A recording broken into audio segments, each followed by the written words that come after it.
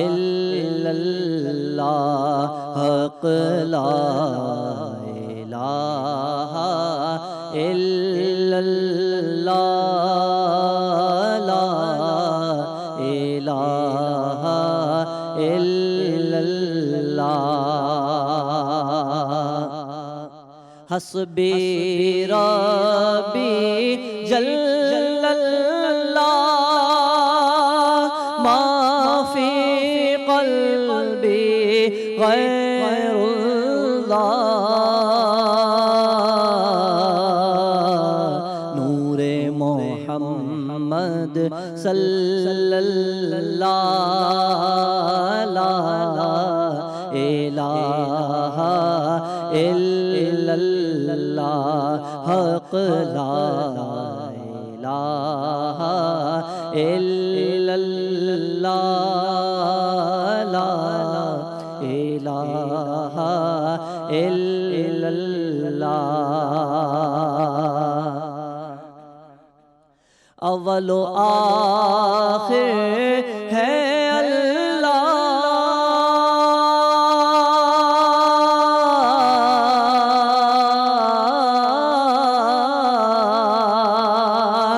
ظاہر و باطن ہے اللہ حافظ و ناصر ہے اللہ لا الہ الا اللہ کھل جائیں در جنت کے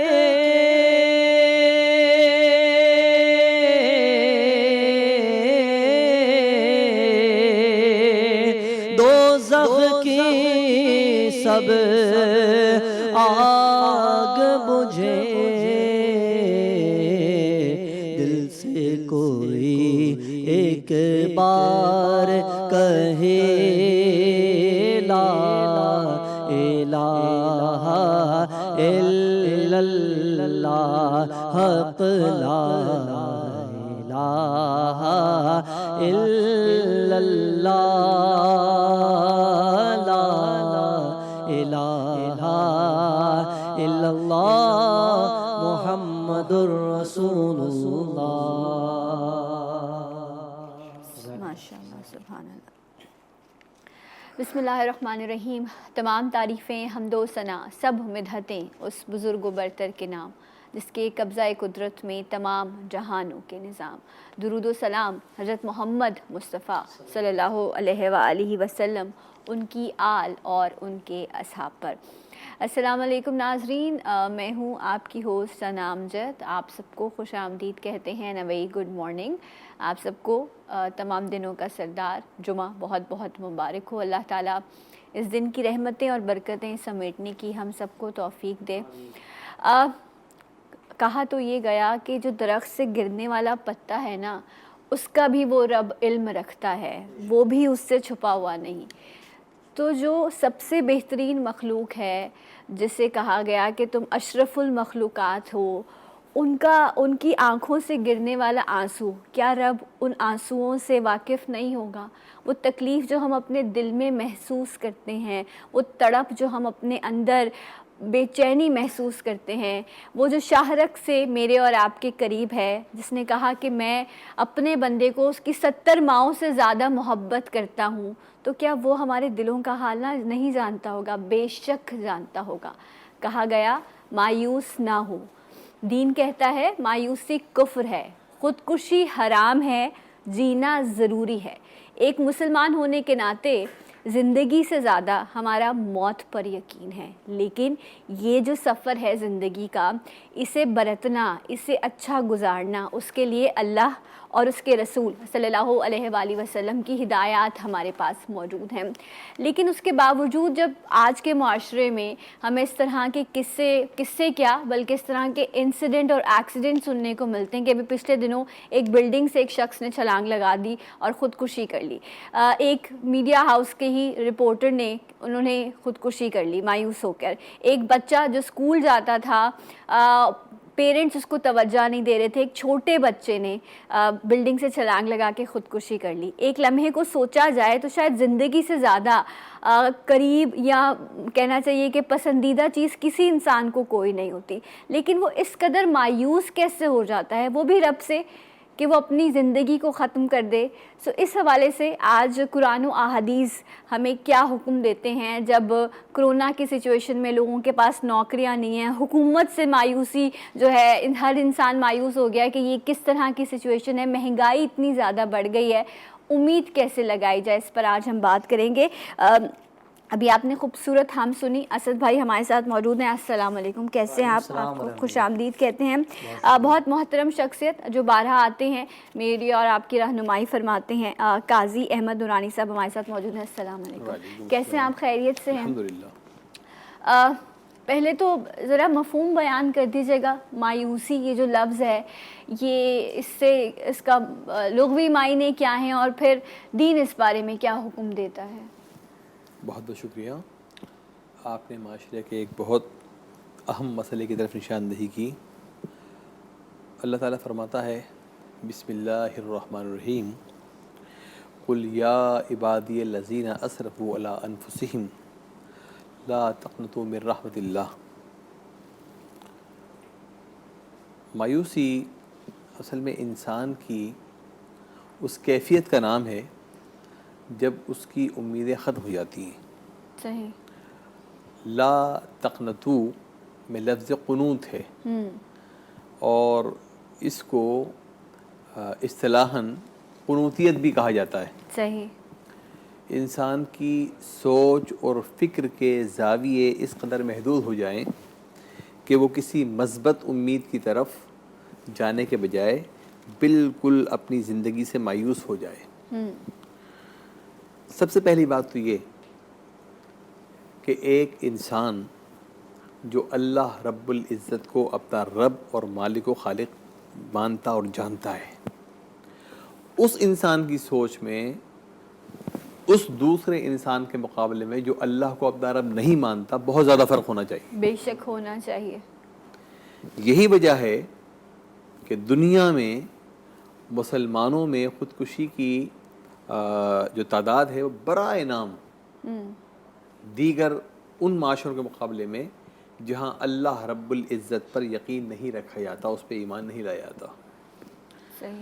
جب یہ یقین ہے کہ اللہ رب العزت مالک و خالق ہے, پروردگار ہے, پالنہار ہے, اور وہ اپنا کرم فرمائے گا, بے شک, تو پھر انسان کے ذہن میں مایوسی آنی ہی نہیں چاہیے. صحیح. لیکن ابھی جس طرح سے آپ بات کریں, ڈیفینیٹلی ایسا ہی ہے, ایک مسلمان میں اور ایک غیر مسلم میں ایک بہت بڑا فرق ہے. اور لیکن ابھی ہمیں پچھلے دنوں میں ہفتے 10 دن میں ہی 2 کیسز اس طرح کے دیکھنے کو ملے. پھر ہم یہ کہتے ہیں کہ مرد جو ہے وہ اعصابی طور پر بڑا مضبوط ہوتا ہے. اللہ تعالیٰ نے اس کو, کیونکہ قدرت اس طرح کی ہے کہ اللہ تعالیٰ اس کو مضبوط بناتا ہے کہ وہ اپنی فیملی کو, اپنے سب لوگوں کے لیے محنت کرتے ہیں. لیکن شاید ایک اسٹوڈنٹ ہونے کے ناطے میں آپ سے یہ چیز جاننا چاہ رہی ہوں کہ جب بھوک آتی ہے, جب افلاس آتا ہے, جب اپنے چھوڑنے لگ جاتے ہیں, یا کہتے ہیں نا کہ انسان اپنے پیٹ کی تو بھوک برداشت کر لیتا ہے, لیکن جب بچے یا آپ کے گھر والے ان کی آپ پوری نہ کر پا رہے ہوں, تو پھر آپ نا امیدی کی طرف یا گناہ کی طرف بڑھتے ہیں. اس وقت ایمان کی مضبوطی کتنی ضروری ہے؟ کیا میں اس کو ایمان کی کمزوری کہوں کہ اس لیول تک انسان چلا جاتا ہے؟ اصل میں ہم اس موضوع کو اگر معاشرتی پہلوؤں کے حوالے سے دیکھیں نا, تو یہ المیہ ہمارے معاشرے کا ہے. جب کوئی انسان مستقبل سے بالکل مایوس ہو جائے.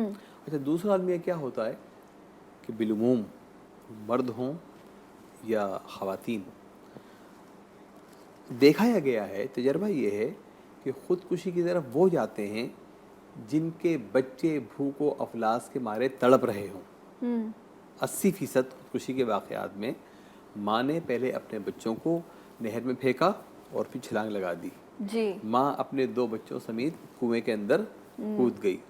ماں نے اپنے بچوں کو زہر پلایا اور خود زہر پیا. باپ نے اپنے بیوی بچوں کو زہر پلایا, خود زہر پیا. تو اصل مسئلہ کیا ہے کہ یہ معاشرے کی بے ترتیبی ہے. معاشرے میں ایسے ادارے ہونے چاہیے جو لوگوں کی ذہنی نشو و نما کریں. جس طرح آج آپ نے اس پروگرام کو اس اہم موضوع کی طرف لے کے جانے کی کوشش کی. اب جتنے لوگ سنیں گے کتنے لوگ ہوں گے جن کی امیدیں بڑھیں گی. تو جب انسان یہ سوچتا ہے کہ اب میرے سامنے کوئی راستہ نہیں ہے، حالانکہ اس کی غلط سوچ ہے، اس وقت اس سے پہلے یقیناً وہ کسی دوست کے سامنے، کسی اپنے خاندان کے فرد کے سامنے، کسی اپنے شناسے کے سامنے تذکرہ ضرور کرتا ہوگا اپنی مایوسی کا. وہیں اس کو روک دینا چاہیے اور اسے کسی مثبت رویے کی طرف لانا چاہیے. صحیح. اچھا، انسان کی مدد کے لیے اللہ تعالیٰ نے دنیا میں انسان کو ہی بھیجا ہے. ایسا تو نہیں ہے کہ آسمان سے کوئی اتر کے آتا ہے. تو شاید ہم میں بھی نا ایک دوسرے کا احساس کم ہو گیا ہے.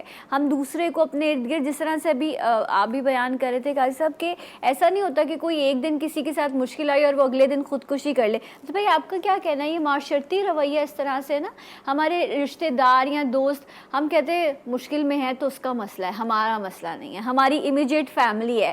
تو اگر میں جس طرح انہوں نے کہا کہ سوشل چیزوں کو دیکھوں تو کہیں نہ کہیں ہم بھی ذمہ دار بنتے ہیں نا، کہ ہمارے ارد گرد کے لوگ کمزور ہو رہے ہوتے ہیں، بھوک افلاس میں ہوتے ہیں، اور ہماری لگژریز نہیں ختم ہو رہی ہوتی. دیکھیے کہ انسان نے کہا کہ میں تھک چکا ہوں، تو جواب آیا لا تقنطوا من رحمت اللہ. قرآن مجید میں اللہ رب العزت نے ارشاد فرمایا. اور دوسرا جو آپ نے ڈسکس کیا، دیکھیں جب سوشل سرکل میں ہم لوگ پہلے دور ایسا تھا کہ لوگ ایک دوسرے کی ہیلپ کیا کرتے تھے، لیکن اجتماعی طور پہ آج ہم اس طرح کا ہمارا رویہ ہو چکا ہے کہ پہلے ہم یہ دیکھتے تھے کہ ہمارے محلے میں اگر کوئی ایسے بزرگ ہوتے تھے جو کسی آفیشیل اعتبار سے کسی اچھی پوسٹ پر ہیں، تو وہ علاقائی سطح پہ حضرت دیکھا کرتے تھے کہ کس بچے نے اپنی تعلیم مکمل کر لی ہے، کس بچے نے گریجویشن مکمل کر لیا ہے. تو ایک دوسرے کی ہیلپ کرنے کا زیادہ جذبہ تھا. آج ہم جو ہے نا انڈیپینڈنٹ لائف میں اتنا ایک سیپریٹ ہو گئے ہیں کہ ہمیں پڑوس کی اپنے فکر نہیں کہ ہمارے پڑوس میں کون رہ رہا ہے. جبکہ پڑوسیوں کے حقوق کی ادائیگی کے حوالے سے قرآن مجید میں حضور نبی کریم صلی اللہ علیہ وسلم نے کتنے احکامات واضح فرمائے. ہمیں ایک دوسرے سے قریب آنے کی ضرورت ہے. ہم سوشل سرکل میں اپنے سوشل میڈیا سے تو ایک دوسرے کے قریب ہو گئے، لیکن حقیقی زندگی میں ایک دوسرے سے دور ہوتے جا رہے ہیں. ہمیں ایک دوسرے سے حقیقی زندگی میں قریب آنا پڑے گا. اچھا، اب آپ اس بات کو میری سیکنڈ کیجیے گا کہ ہمارے ہی معاشرے میں کچھ اس طرح سے بھی سلسلہ ہے کہ کچھ لوگ ایسے ہیں جنہوں نے کمیونٹی سسٹم رکھا ہوا ہے. ان کے گھر میں بہن بیٹی کی شادی ہو یا نوکری کا مسئلہ ہو یا بیماری ہو تو وہ باقاعدہ وہاں سے ان کی مدد کی جاتی ہے.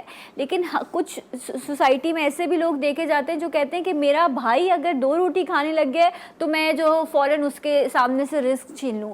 تو یہ جو بے یقینی یا آپس میں محبت خلوص ختم ہو گیا، یہ بھی تو ایک معاشرے کی بگاڑ کا سبب ہے نا. دیکھیے حسد، بغض، اناد، کینہ، یہ جتنی بھی رذیل حرکتیں ہیں، جتنی بھی منفی عادات ہیں، ان سب کا تدارک ضروری ہے. دوسری بات یہ ہے کہ اصل میں سب سے بڑی ذمہ داری جو ہے وہ حکمرانوں کی ہے. حضرت عمر فاروق رضی اللہ تعالیٰ عنہ فرماتے ہیں کہ اگر میری ریاست میں ایک کتا بھی فرات کے کنارے پیاسا مر جائے تو مجھے ڈر ہے کہ اللہ تعالیٰ مجھ سے حساب لے گا. آپ نے ایک عالمی شہر میں ایسا ماحول کیوں پیدا کر دیا کہ لوگ وہاں روزگار سے محروم ہو گئے. ان کو روزگار فراہم کرنا، پھر جیسے کہ پچھلے 2 سالوں میں کرونا نے کیفیت پیدا کی، وہ بڑے بڑے سرمایہ دار، جو فیکٹری مالکان جنہیں اللہ تعالیٰ نے بے شمار دولت سے نوازا ہے، کیا وہ اپنے 100، 200، 1000، 2000 ملازمین کو اس دوران مدد فراہم نہیں کر سکتے؟ بہت سے لوگوں نے کی بھی، بہت سنے نہیں بھی کی. آپ ساری زندگی ایک فرد کا خون چوس کر اپنی دولت جمع کر رہے ہیں، آپ کی ذمہ داری ہے. تو معاشرہ اپنی ذمہ داریوں سے غافل ہو گیا. معاشرہ اپنی ذمہ داریوں سے غافل ہو گیا جب فلاحی ادارے، بے شمار فلاحی ادارے، کسی ایک کا نام لینا مناسب نہیں ہے، ہزاروں افراد کو روزانہ کھانا کھلا سکتے ہیں، تو کیا حکومت لاکھوں افراد کو کھانے بندوبست نہیں کر سکتی؟ بالکل ایسا ہی ہے. لیکن ایک بات یہ جو ہے، سب باتوں سے اوپر، جس پہ میں بھی چاہوں گی جب ہم بریک سے واپس آئیں گے تو اس پہ بیان بھی کریں کہ کچھ بھی ہو جائے، کسی بھی صورت خودکشی جو ہے وہ حرام ہے. ٹھیک ہے، آپ نے اپنی قبر میں جانا ہے، آپ نے اللہ کو خود جواب دینا ہے، اور جس روح کو اللہ تعالیٰ نے دنیا میں بھیجا اس کے لیے رزق بھی وہی بھیجتا ہے. بے شک رازق رب کی ذات ہے. میں اور آپ اللہ نہ کرے کہ ہم مایوسی کے اس درجے پر پہنچیں کہ ہم اپنی موت زندگی میں مشکل گزاریں اور اس کے بعد اس طرح کا جو ہے اللہ معاف کرے کوئی عمل کریں. جو لوگ خودکشی کرتے ہیں کہتے ہیں کہ وہ نہ دنیا میں رہتے ہیں نہ وہاں جاتے ہیں, بیچ میں کہیں لٹکے رہتے ہیں. ہے کیا حقیقت اس خودکشی کے پیچھے؟ دین کیا حکم دیتا ہے؟ جانیں گے اس بریک کے بعد.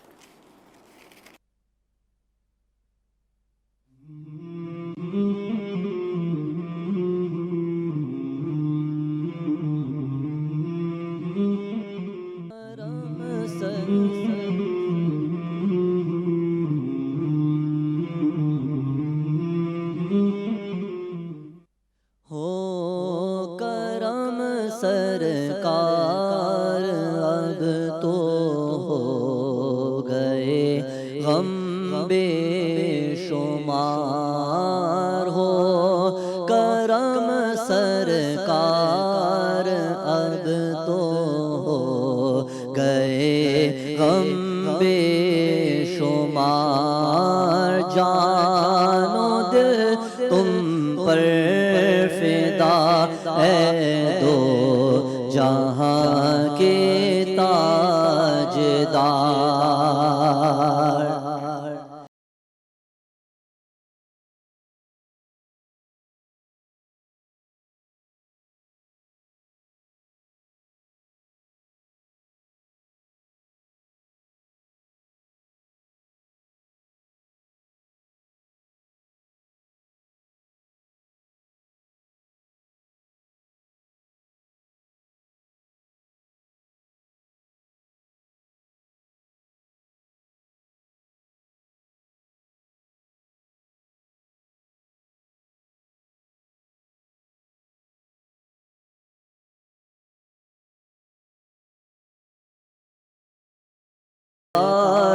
اب تو ہو گئے غم بے شمار. یا رسول اللہ سن لیجئے خدا کے واسطے. یا رسول اللہ سن لیجئے خدا کے واسطے. کون ہے جو کہے سنے تیرے سوا میری پکار. ہو کرم سرکار اب تو ہو گئے غم بے شمار.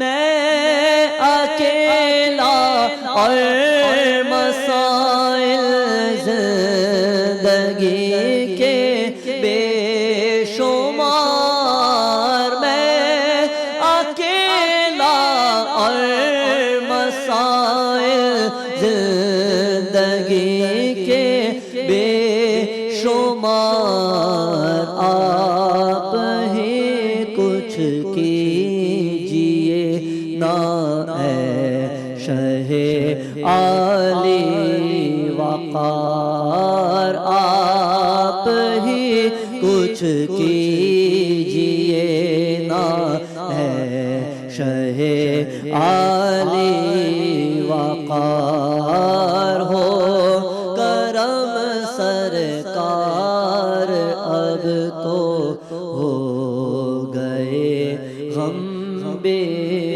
شمار. اللہ اکبر. بہت بہت شکریہ. ایک بار پھر سے آپ سب کو خوش آمدید کہتے ہیں. اور بے شک جتنے بھی دیکھنے والے ہیں اس وقت کہتے ہیں کہ اجتماعی دعا کی اور آمین کی بہت حیثیت ہوتی ہے. تو اللہ تعالیٰ جو بھی جہاں بھی جس بھی مشکل میں ہمیں دیکھ رہا ہے, دلوں میں جو بھی آرزو ہے, جو بھی پریشانیاں ہیں, اللہ تعالیٰ ان سب کو دور کر دے. اللہ تعالیٰ ہم سب کی زندگیوں میں آسانیاں کرے اور ہمیں بھی دوسروں کے لیے آسانیاں بانٹنے والوں میں شامل کریں.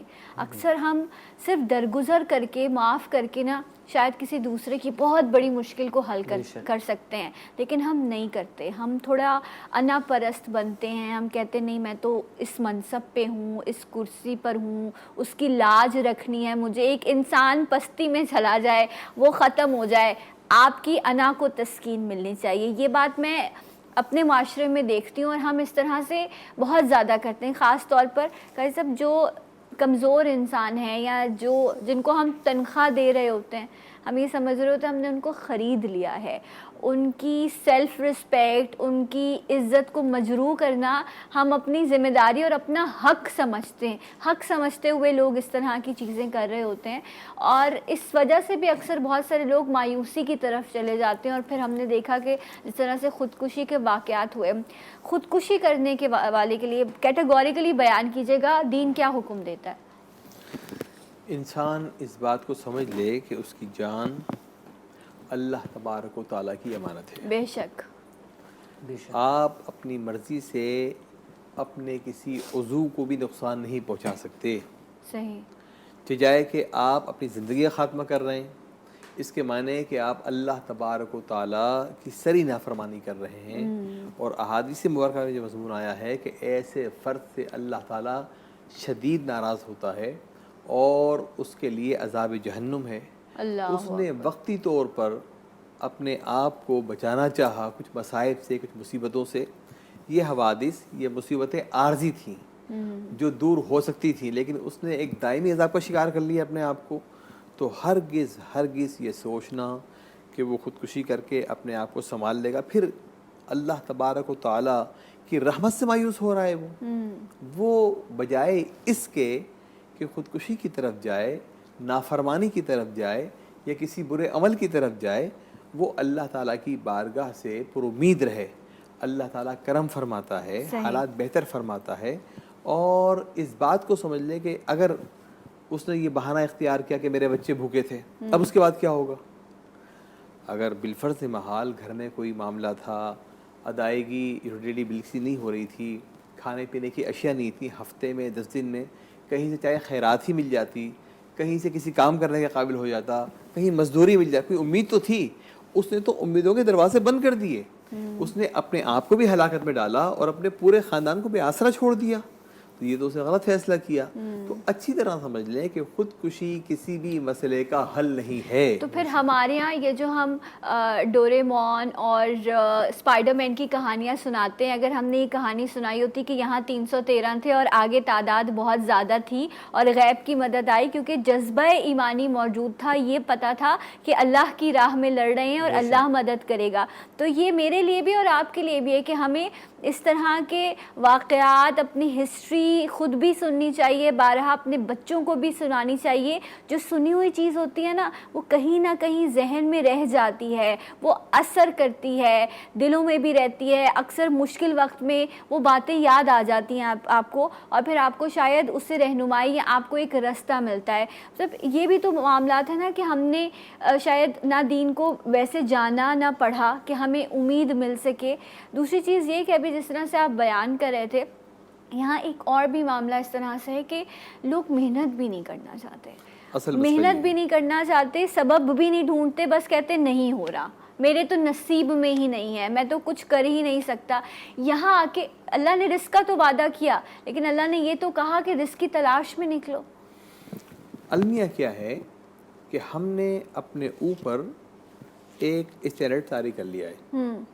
اگر میں گریجویٹ کر چکا ہوں, میرے پاس ڈگری ہے, اب میں چاہتا ہوں نوکری ملے.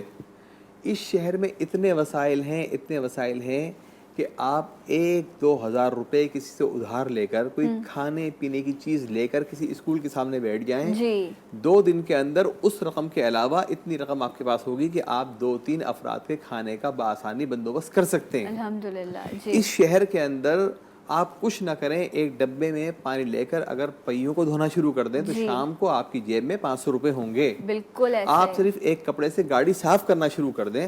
ہزاروں افراد وہ ہیں جو اس شہر میں آئے, انہوں نے گاڑیاں صاف کرنی شروع کی, رکشے صاف کرنے شروع کیے, آج وہ ٹرانسپورٹر ہیں. ہزاروں افراد ایسے ہیں جو اس شہر میں آئے, کسی سے ایک گیتی ایک بیلچہ ادھار لے کر کھدائی شروع کی, آج وہ بڑے بڑے کنٹریکٹر ہیں. یہ ساری مثالیں ہمارے سامنے ہیں. نیت تھی, اللہ کی مدد آئی, اتنے وسائل ہیں, پھر اللہ تبارک و تعالیٰ اس کی مدد فرماتا ہے جو بندہ اللہ پر بھروسہ کرتا ہے. نبی کریم صلی اللہ علیہ وآلہ وسلم نے کیا فرمایا, الکاسب حبیب اللہ, ہاتھ سے روزی کمانے والا اللہ کا دوست ہے. اللہ تعالیٰ کیسا مقام عطا فرما رہا ہے اسے, کیسا قرب عطا فرما رہا ہے, اس لیے کہ اس نے اللہ پہ یقین کیا. اللہ پہ یقین کامل کے ساتھ بے شمار کام ایسے ہیں. اور پھر نوجوانوں کے لیے, پڑھے لکھے افراد کے لیے, جو آج کل جدید تعلیمی اداروں میں جو نئی نئی ٹیکنالوجیز آئی ہیں, تو میں نہیں سمجھتا کہ ذرا سی بھی عقل و خرد کو استعمال کرنے والا بے شک کہیں بے روزگار ہوگا. ہاں مشکل وقتی طور پہ آئے گی, تنخواہ دیر, جیسے کرونا کے حالات ہو گئے تھے, دیگر ہوتے ہیں یہ حالات. اگر ایک دو روز ہم برداشت کر لیں گے تو آگے جو مسرتیں ملنی انہیں کیوں ضائع کر رہے ہیں. بے شک ایسی بڑی خوبصورت مثال دی قاری صاحب نے. ایک کالر بھی ہے, السلام علیکم. ہیلو. وعلیکم السلام سر, کیسی ہیں؟ یا بات کر رہا ہوں. میں ٹھیک ہوں, یا آپ کیسے ہیں؟ پہلے تو تمام دونوں میں مہمان اسلام بہت خوبصورت انہوں نے بات کی اور میں کافی غور سے سن رہا تھا. سر میرا تو یہ کہنا ہے کہ دیکھیں میں تھوڑا سا ٹائم سے پہلے میں نے بہت تکلیفیں زندگی میں اٹھائی ہیں. میرے والد بہت بڑے کاروباری آدمی تھے اور بہت گھر میں رہتے تھے بڑے, اس کے بعد ہمیں اتنی تکلیف لائے کہ ہم پین لیس ہو گئے, چھوٹے سے گھر میں آ گئے.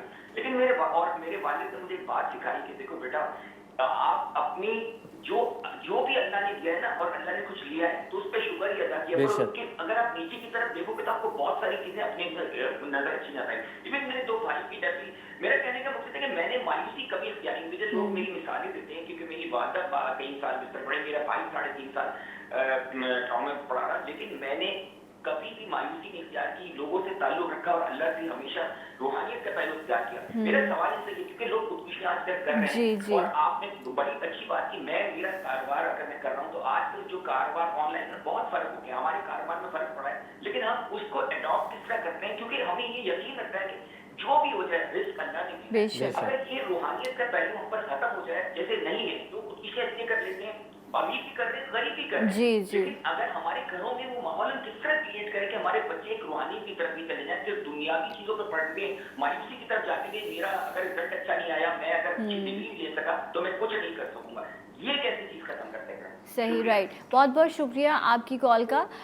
بیایا نے جو بات کی وہی بات ابھی ہم ذکر بھی کر رہے تھے کہ جب آپ نیک نیتی کے ساتھ محنت پوری کرتے ہیں, ہمارے شاید سوسائٹی کا بھی یہ پریشر بن گیا ہے کہ جب ہم اپنے بچے کی اپ برنگنگ کر رہے ہوتے ہیں تو ہم اچھے اسکول میں ڈالتے ہیں. اچھی بات ہے, آپ کو اللہ نے دیا ہے, آپ ضرور بچوں پہ خرچ کریں, لیکن یہ اس کے کان میں ڈال رہے ہوتے ہیں تم نے بڑا آدمی بننا ہے, بڑا آدمی بننا ہے. اس کو اتنا پریشرائز کر دیتے, اس کو یہ نہیں سکھاتے کہ تم چیزوں کو اس طرح سے گراسپ کرو کہ تم ایک اچھے انسان بن سکو. تو معاشرے کو بڑا آدمی کون ہوتا ہے؟ بڑا آدمی ہمارے معاشرے میں وہ ہوتا ہے جس کے اکاؤنٹ میں زیادہ زیرو ہوتے ہیں, جس کے پاس جو ملینئر ہوتا ہے, بلینئر ہوتا ہے, یہی ہے نا صرف بھائی. اچھا آدمی وہی ہے نا, یا بڑا آدمی وہی ہے. تو ہم تربیت میں بھی ایسی چیزیں لاتے ہیں کہ ہم اور انسان تو خسارے میں, وہ جلد باز ہے, یہ تو کہا گیا ہے. تو پھر اب کیا کریں گے معاشرے اپنے بچوں, اور یہ تو نسل ویسے ہی سوشل میڈیا جنریشن ہے.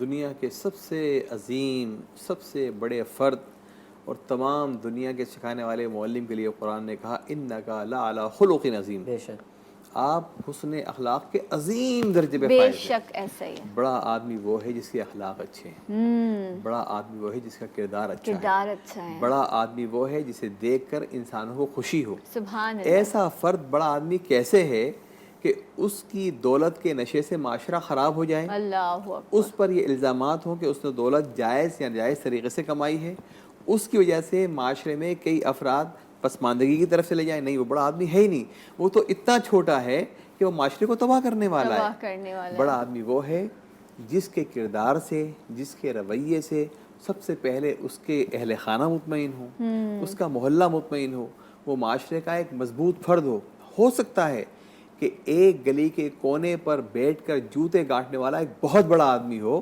کہ وہ محلے کی خدمت کر رہا ہو سکتا ہے کہ ایک گلی کے کونے پر ایک کدال لے کر کھدائی کرنے والا بڑا آدمی اور ہو سکتا ہے بہت بڑی عمارت والے کے اندر ایسی صفات ہوں کہ سارا معاشرہ اس سے پریشان ہوتا ہو. بے شک تو بڑا آدمی وہ ہے جس کے اخلاق اچھے ہیں, جس کا کردار اچھا ہے, جس میں زندگی کی امید ہے, جو انسانوں کو انسان سمجھتا ہے اور اللہ کی بندگی کا راستہ اختیار کرتا ہے. ہم جب معاشرتی پہلو کی بات کریں تو یہاں پر میں اس وقت وقت مخاطب ہوں اپنی خواتین سے. میں گھر سے باہر نکلتی ہوں, کام کرتی ہوں, مجھے اندازہ ہے آسان کام نہیں ہوتا, محنت کرنا, پیسے کما کے لانا. اسی طرح میں اپنے سوسائٹی کے ان مردوں کا ذکر کر رہی ہوں جو گھر سے نکلتے ہیں, بہت باتیں بھی سنتے ہیں, لیکن اپنے گھر والوں کی کفالت کے لیے وہ رزق کماتے ہیں, حلال رزق ڈھونڈتے ہیں. اپنے گھروں میں تھوڑا سکون رکھیں. ہر وقت چڑچڑ, لڑائی جھگڑا بے برکتی کی علامت ہوتا ہے. کہتے ہیں اللہ تعالیٰ رزق ہٹاتا ہے اس گھر سے, برکت ختم ہوتی ہے. کثرت ہو سکون نہیں آتا. میں ہمیشہ یہ سیکھا جب سے میں آپ لوگوں سے بھی کہتی ہوں دعا مانگیں کہ اللہ تعالیٰ برکت دے. جب برکت آتی ہے تو تسلی آتی ہے, سکون آتا ہے. کثرت سے برکت سکون نہیں ملتا. مطلب یہ بتائیے گا جو گھروں میں جھگڑا رہتا ہے اس سے بھی تو بے برکتی, بے سکونی اور اس طرح کی کیفیت آتی ہے. ہم نے اوپر ملمے مختلف طاری کر لیے ہیں, مرد ہو یا عورت. آپ سوچیں کہ یہ گھر کا رشتہ جو ہے, کبھی اس موضوع پہ مکمل انشاءاللہ پروگرام کریں گے, اللہ تعالیٰ کرم فرمائے. یہ رشتہ سراسر محبت کا رشتہ ہے. بے شک. نبی کریم صلی اللہ علیہ وسلم کا گھرانہ دیکھیں, اہل بیت اطہار کے گھرانے دیکھیں, کیا محبتیں سکھائی جا رہی ہیں. کیا یہ کیا رویہ ہے کہ مرد گھر میں داخل ہوگا تو جناب وہ ڈانٹتے ہوئے داخل ہوگا. آپ ایک انسان ہیں, بالکل. آپ بے شک جن اہل خانہ کے لیے صبح سے آپ نکلے تھے محنت و مشقت کرنے کے لیے, اللہ کے بندے جس کے خاطر تم نے اپنی پوری زندگی قربان کر رکھی ہے, ان کے چہروں پر مسکراہٹ نہ ملے تو فائدہ کیا ہوگا. بالکل ایسا ہی ہے. اگر تم پیٹ بھرنے کا ان کا فریضہ نبھا رہے ہو تو بڑی معذرت کے ساتھ یہ کام تو بعض وقت جانور بھی کر لیتے ہیں نا, اپنے بچوں کا پیٹ بھر دیتے ہیں. نہیں, گھر میں ایک رویہ پیدا کریں. آپ گھر میں داخل ہوں, آپ کے چہرے پہ ایک مسکراہٹ ہو. بے شک آپ کی تھکن, آپ کی پریشانی, آپ کے مسائل سب دہلیز پہ رکھ دیجئے, اس کے بعد داخل ہوئیے. پھر جب گھر سے بھی آپ کو مسکراہٹ کا تبادلہ ملے گا تو سارے دن کی تھکن اتر جائے گی آپ کی. آپ ایک اچھے رویے کی طرف چلیں. آپ دیکھیں کہ آپ رویے کیسے رکھ رہے ہیں. بہت کم آمدن کے ساتھ بھی ایک گھر بہت اچھا گھر بن سکتا ہے اچھے رویوں سے, اور بہت زیادہ دولت کے ساتھ بھی ایک گھر بالکل برباد ہو سکتا ہے خراب رویوں کے. کہ وہ شخص اس وقت یہ سوچ لے کہ اس کی بربادی کا وقت شروع ہو گیا ہے جب اس کے والدین اس سے ڈرنا شروع کر دیں. اسد بھائی جب یہ پڑھا تھا تو بڑی دل کو تکلیف ہوئی تھی کہ اچھا یہ وقت بھی آتا ہے زندگی میں کسی انسان کے کہ اس کے والدین اپنی ضرورتیں بتاتے ہوئے اس سے ڈریں. ایسا ہے آج جب ہم تھوڑا پیسہ کمانے لگ جاتے ہیں, تھوڑے طاقتور ہو جاتے ہیں, تو ہم اپنے والدین پر اللہ معاف کرے ایسے روب جماتے ہیں, اس طرح کی بات کرتے ہیں.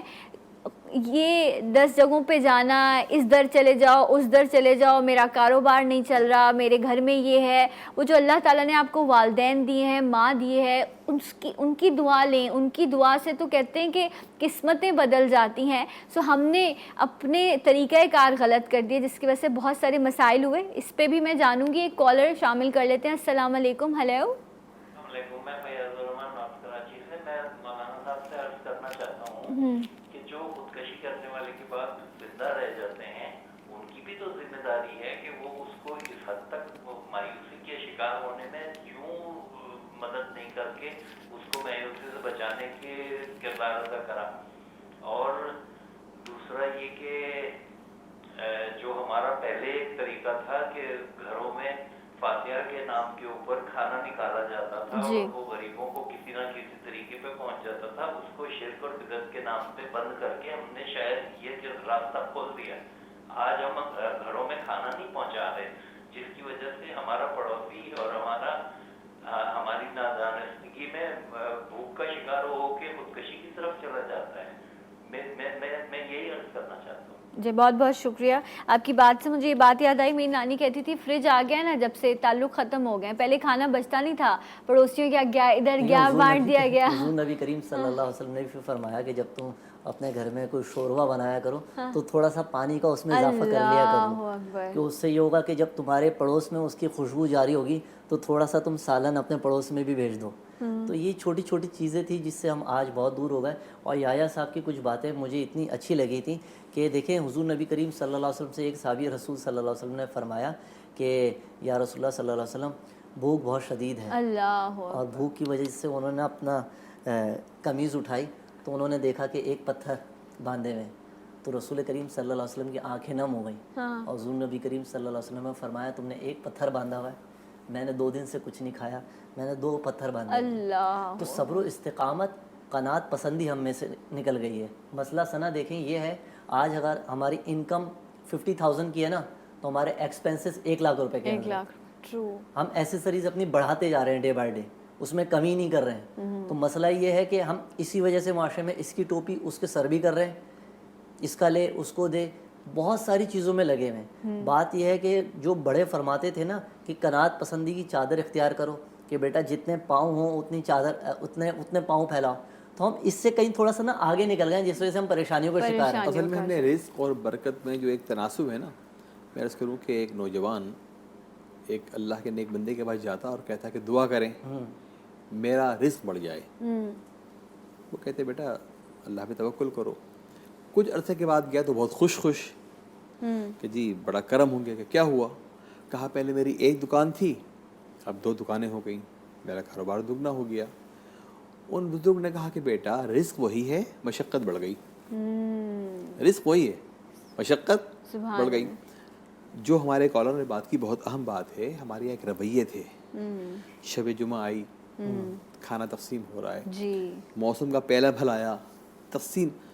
اللہ کے نبی علیہ الصلوۃ والسلام نے پڑوسی کے کتنے حقوق بیان کیے ہیں. جی. صحابہ کرام فرماتے ہیں کہ ہم یہ سمجھے کہ آقا علیہ السلام کہیں پڑوسی کو میراث پہ شریک نہ فرما دیں کہ وراثت میں بھی اس کا حصہ ہے. ہمارا پڑوسی بھوکا ہے, اس آپ کو پتہ ہی نہیں, اس کے بچے بے آسرا ہیں, آپ کو پتہ ہی نہیں. فرمایا کہ میدان حشر میں اللہ تعالیٰ فرمائے گا کہ میرے بندے میں بھوکا تھا, تو نے مجھے کھانا نہیں کھلایا, میں پیاسا تھا, تو نے پانی نہیں پلایا. بندہ عرض کرے گا رب تو ان چیزوں سے ماورا ہے. فرمائے گا کہ میرا فلاں بندہ بھوکا تھا, تو نے اسے کھانا نہیں کھلایا. میرا فلاں بندہ پیاسا تھا. اگر ہم تھوڑے سے اپنے رویے تبدیل کریں, ہم اپنی لذتوں کو کم کر کے اگر سوچ لیں کہ ہم ایک سادہ کھانا کھا لیں اور اسی رقم میں جو ہم خرچ کر رہے ہیں 4 اور بھوکے کھانا کھا لیں گے, تو اس لذت کو آپ محسوس کریں کہ کیسے محسوس ہوگی. دوسروں پہ خرچ کر کے, ایثار کر کے جو سرور ملتا ہے, جو تسکین ملتی ہے, جو حقیقی مسرت ملتی ہے, وہ حاصل کریں تو معاشرے کے بہت سارے مسائل دور ہو جائیں گے. ایسا ہی ہے. اور یہ چیز صرف دنیاوی نہیں ہے بلکہ یہ دوسرے جہاں میں بھی آپ کی ڈھال بنتی ہے. جب آپ دوسروں کی مدد کرتے ہیں, جو ہم نے اپنے پہ خرچ کیا وہ تو یہیں پہ ختم ہو گیا, لیکن جو دوسروں کی مدد کی وہ ڈیفینیٹلی وہ صدقہ جاریہ آپ کے لیے بھی ہے, آپ کے مرحومین کے لیے بھی, آپ کے والدین کے لیے بھی وہ صدقہ جاریہ کے طور پر کام کر رہا ہوتا ہے. ایک بریک لیتے ہیں, بریک کے بعد انشاءاللہ آپ کو پھر جوائن کریں گے جی اٹھا پاکستان.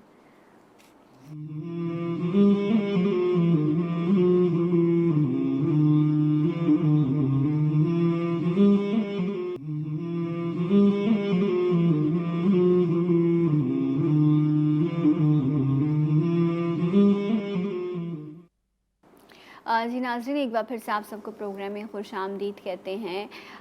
معاشرتی دباؤ اور اکثر جو ہے وہ ذہنی امراض بھی ہیں جس کی وجہ سے انسان جو ہے وہ انتشار کا, مایوسی کا, ڈپریشن کا شکار ہو جاتا ہے. اور اکثر جب آپ کے برین میں کیمیکل امبیلنس ہو, ڈاکٹر کے پاس چلے جانا, معالج سے مشورہ کر لینا, یہ تو دین بھی اجازت دیتا ہے اس کی کہ آپ جو ہمیں ہوتا ہے اچھا اگر میں ذہنی ٹھیک ہے پریشر آتے ہیں لائف میں, کچھ لوگ ڈیل کر پاتے ہیں, کچھ لوگ نہیں ڈیل کر پاتے, تو اگر آپ ڈاکٹر کا یا کسی معالج کا مشورہ لے لیں یا آپ کچھ سیشنز لے لیں تو اس سے یہ نہیں بات ثابت ہو جائے گی کہ جی سائیکائٹرسٹ کے پاس جا رہے ہیں تو بھائی یہ تو پاگل جاتے ہیں. نا, ایک نارمل بندہ بھی جاتا ہے. میرے ابا کی جب ڈیتھ ہوئی اس کے بعد مجھے ایسا لگتا تھا کام کرنا ہے, مشکل ہو رہی ہے خود کو سمجھانے میں, تو کچھ سیشنز لیے. تو میں خود کو پاگل تو میں نہیں سمجھتی, لیکن ہاں مجھے یہ ضرور تھا کہ یہ چیز مجھے مدد کرے گی کیونکہ مجھے آ کے دوسروں سے بات کرنی, تو اس نے مجھے بہت ہیلپ کیا. دوائیں بھی دی جاتی ہیں آپ کو, سیشنز بھی کیے جاتے ہیں, لیکن آپ اپنے لیے امید تو ڈھونڈیں کہ آپ نے اپنے آپ کو اس مشکل سے نکالنا کیسے. تو اس پہلو پہ بھی بیان کر دیجیے گا. لوگ کہتے ہیں ذہنی جیسے جسمانی بیماریاں ہوتی ہیں, روحانی بیماریاں ہوتی ہیں, ذہنی امراض بھی تو ہوتے ہیں نا, کیمیکل امبیلنس ہو جاتا ہے انسان کا, پریشر ڈیل نہیں کر پا رہا ہوتا انسان, تو آپ معالج کے پاس جا سکتے ہیں, سائیکائٹرسٹ ہیں, سائنس نے ترقی کی ہے. بالکل جانا چاہیے. اور جب بھی آپ کوئی الجھن محسوس کریں کسی بھی قسم کی, آپ سمجھیں کہ میری زندگی میں توازن خراب ہو رہا ہے, وہ گھریلو دواؤں کے تحت ہو, بیرونی دواؤں کے تحت ہو, فوراً اچھا پھر ایسے مشورے کسی ذی علم ذی شعور سے جی، کریں بے تاکہ شک، وہ آپ کو اچھا مشورہ صحیح دے. مشورہ دیں. اس کے علاوہ آپ جب محسوس کریں کہ کوئی ایسی پریشانی ہے تو اپنی عادات تبدیل کریں. سب سے اچھا طریقہ مسلمان کے لیے یہ ہے، اب تو سردیوں کی لمبی راتیں ہیں، رات کو فجر سے پہلے بیدار ہو، تہجد پڑھے، کچھ اللہ کا ذکر کرے، بے شک. کچھ اللہ رب العزت کو یا اس امید پر کہ اللہ تعالیٰ اپنے بندے کے لیے ہر وقت کریم و رحیم ہے، بے شک. اس پہ کرم فرمائے گا. آپ دیکھیں اس سے لو تو لگائیں. وہ کہتا ہے مجھے پکارو، بے شک. میں تمہاری پکار سنتا ہوں. تو آپ معالج کے پاس بھی جائیں، آپ اپنے روحانی اقدار بھی بلند کریں اور اپنے آپ کو مضبوط کریں. بالکل. یہ دینی اقدار آپ کو اتنا مضبوط کرتی ہیں، یہ روحانیت اتنی مضبوط کرتی ہے کہ آپ بڑی بڑی طاقتوں سے ٹکرا جاتے ہیں. بالکل. دعا اور دوا اچھا، ساتھ ساتھ پھر اس ہونی کے ساتھ کیا چاہیے. ہوتا ہے کہ اس طرف چلنے سے کیا ہوتا ہے کہ شیطانی خیالات دور ہوتے ہیں. جی. لا حول ولا قوت الا الا باللہ باللہ العظیم کا ورد کرتے رہیں تاکہ یہ نفسیاتی خواہشات، شیطانی خواہشات، معاشرے میں بے شمار اپ ڈاؤنز ہیں، ان سے دوری کے لیے بالکل کرنا چاہیے اور اچھے معالج کے پاس بھی جانا چاہیے. کبھی کبھی اکثر 80% لوگ وہ ہوتے ہیں کہ انہیں گیسٹرک پرابلمس ہوتی ہیں اور وہ سمجھتے ہیں کہ ہمارے ذہن پہ دباؤ آ گیا. جی. ایسا ہوتا ہے. اس کی وجہ سے ان کو پریشر پڑ جی رہا ہاں. ہوتا ہے اور ان کو آپ کو معلوم ہوگا بڑے بوڑھے کیا کرتے تھے، ناف درست کر دیجیے اس کی. ایک چھوٹے چھوٹے گھروں میں چٹکلے تھے، اب وہ دور ہو گئے. اب وہ لوگ پریشان ہوتے ہیں، ڈاکٹر کے پاس چلے آ رہے ہیں، ہزاروں کی دوائیں لے رہے ہیں. تو آپ ذرا بڑے بوڑھوں کے پاس بیٹھ جائیے، کسی روحانی فرد کے پاس بیٹھ جائیے، کسی محبت کرنے والے کے پاس بیٹھ جائیے، کسی کے مشورے سے دیکھیے تو راستہ نکل آتا ہے. راستہ تلاش کرنا اور چاہیے. مشورے کا تو حکم بھی دیا گیا کہ مشورہ کر لو. تو یہ ساری چیزیں پھر یہاں پر جب ہم امید کی بات کرتے ہیں تو اس واقعے کو ہم کیسے نہ یاد کریں جب حضرت یونس علیہ السلام مچھلی کے پیٹ میں ہیں، اندھیرا ہے، کوئی راستہ نہیں ہے کہ کیسے نکلیں گے، کیا ہوگا. تب یہ جو آیت کریمہ ہم مشکل وقت میں پڑھتے ہیں، لا الہ الا انت سبحانک انی کنت من الظالمین، اس کا ورد کرتے رہنا. کتنی ساری پیاری چیزیں ہیں، کتنے سارے واقعات ہیں جن کو یاد کر کے ایک دم سے دل کو تسلی ملتی ہے. کہاں سے راستہ ملا؟ 40 دن، اتنا لمبا عرصہ، اتنا گپ اندھیرا، کوئی امید نہیں، لیکن اللہ کی طرف سے مدد آئی. بے شک. تو مشکل وقت میں بے شک اللہ اس طرح کے وظیفے اور رزق. بالکل. ایک بات میں آپ سے جاننا چاہوں گی، پھر ہمیں وقت بھی ہمارے پاس ختم ہو رہا ہوگا، کہ اکثر جب ہم پریشانی میں ہوتے ہیں تو ہم یہ سوچتے ہیں یہ پتہ نہیں اللہ کی آزمائش ہے، میرے لیے سزا ہے، میں نے تو کچھ کیا ہی نہیں ہے. تو یہ جو سوچ ہے کہ میں یہ آئیڈینٹیفائی کر سکتی ہوں کہ یہ جو میرے پاس مشکل وقت آیا ہے یہ کسی غلطی، کسی گناہ کی سزا مجھے مل رہی ہے، یا اللہ تعالیٰ چاہتے ہیں کہ میں اس آزمائش سے گزروں. اگر یہ خیال آ گیا کہ شاید کسی گناہ کی سزا ہے تو اس سے پیارا موقع نہیں توبہ کا کوئی. بے شک. فوراً رب کی بارگاہ میں کہ رب میرے گناہوں کو معاف فرما. درجات بھی بلند ہوں گے، مشکلیں بھی ٹل جائیں گی، راستے بھی کھلیں گے. تو جب دل میں یہ خیال آ جائے تو فوراً اے اللہ معاف فرما، میں تو گناہ گار ہوں.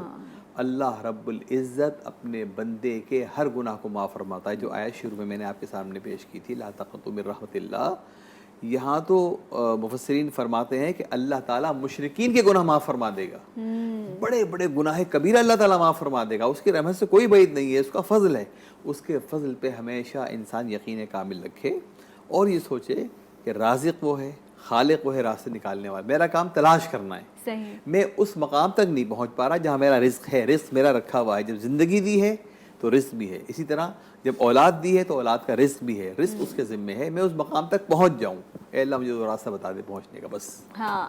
اور دعا کرتے طریقے کی بات کرتے تو کہتے ہیں نا، جیسے ایک بچہ روتا ہے کہ جب تک اس کی ماں اس کی وہ خواہش پوری نہ کر دے، تو ہمیں تو 5 وقت جو ہے وہ اللہ سے ملاقات کا موقع ملتا ہے، صدا آتی ہے اللہ کے گھر سے.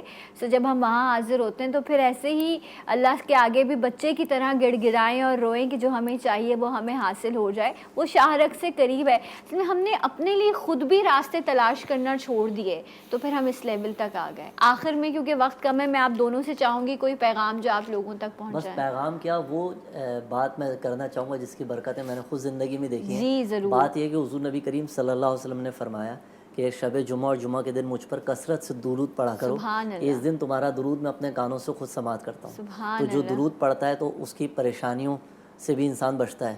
مال میں، آل میں، اولاد میں، عزت میں، آبرو میں اللہ تعالیٰ برکت دیتا ہے. پھر اتنا مبارک دن ہے ہی جمعہ کا. آپ یقین کریں سنا، حضور نبی کریم صلی اللہ علیہ وآلہ وسلم نے فرمایا کہ جو جمعہ کے دن سورہ کہف پڑھتا ہے اللہ رب العزت اس کے لیے اس جمعے سے لے کر اگلے جمعے کے درمیان ایک نور روشن کرتا ہے. تو وہ دیکھیں وہ نور کسی بھی صورت میں ہو سکتا ہے, آپ کی زندگی میں ہو سکتا ہے, آپ کے مال میں ہو سکتا ہے, آپ کے اہل و عیال میں ہو سکتا ہے. اور اس کے بعد آپ سورہ کہف پڑھیں, الدخان پڑھیں, سورہ جمعہ پڑھیں. اور اگر آپ اپنی دل کی بات کرنا چاہتے ہیں نا, آپ یقین کریں کہ جمعے کے دن عصر سے مغرب آپ اپنا زندگی میں معمول بنا لیں کہ آپ سرکار دو عالم صلی اللہ علیہ وسلم کو یاد کرتے ہوئے درود ابراہیم پڑھیں. اور جس طرح ایک بچہ پریشان ہوتا ہے نا کہ ہر طرف سے آتا ہے اور تھک ہار چکا ہوتا ہے تو اپنی ماں کو اپنا حوال سناتا ہے, تو آپ اپنے آقا کریم صلی اللہ علیہ وسلم کو اپنے غم بتائیے کہ یا رسول اللہ یہ حاجت ہے, آپ دعا فرمائیں, آپ کرم فرمائیں کہ میری دعائیں قبول ہوں. آپ یقین کریں آپ ان دعاؤں کا نور اپنی زندگی میں خود دیکھیں گے انشاءاللہ. بے شک ایسا ہی ہے. بہت بہت شکریہ قاضی صاحب ہمارے ساتھ موجود تھے, اسد بھائی بھی ہمارے ساتھ موجود تھے. آپ سے جاتے جاتے کلام کی درخواست ہوگی, اللہ تعالیٰ ہم سب کی مشکلوں کو آسان کرے اور آپ لوگوں کے گھروں میں بھی برکت اور سکون دے.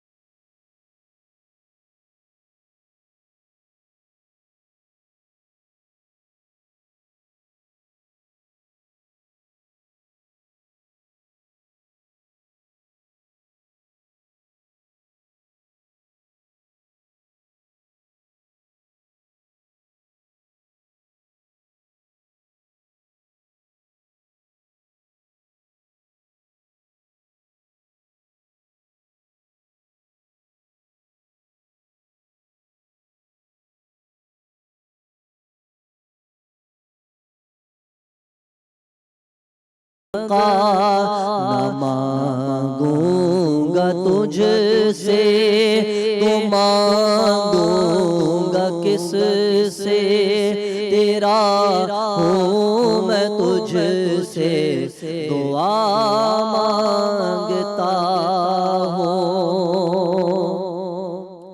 جو مفلس ہے ان کو تو دولت عطا کر, اللہ جو بیمار ہے ان کو صحت عطا کر, مریضوں کی خاطر شفا مانگتا ہوں. الہی میں تجھ سے دعا مانگتا ہوں.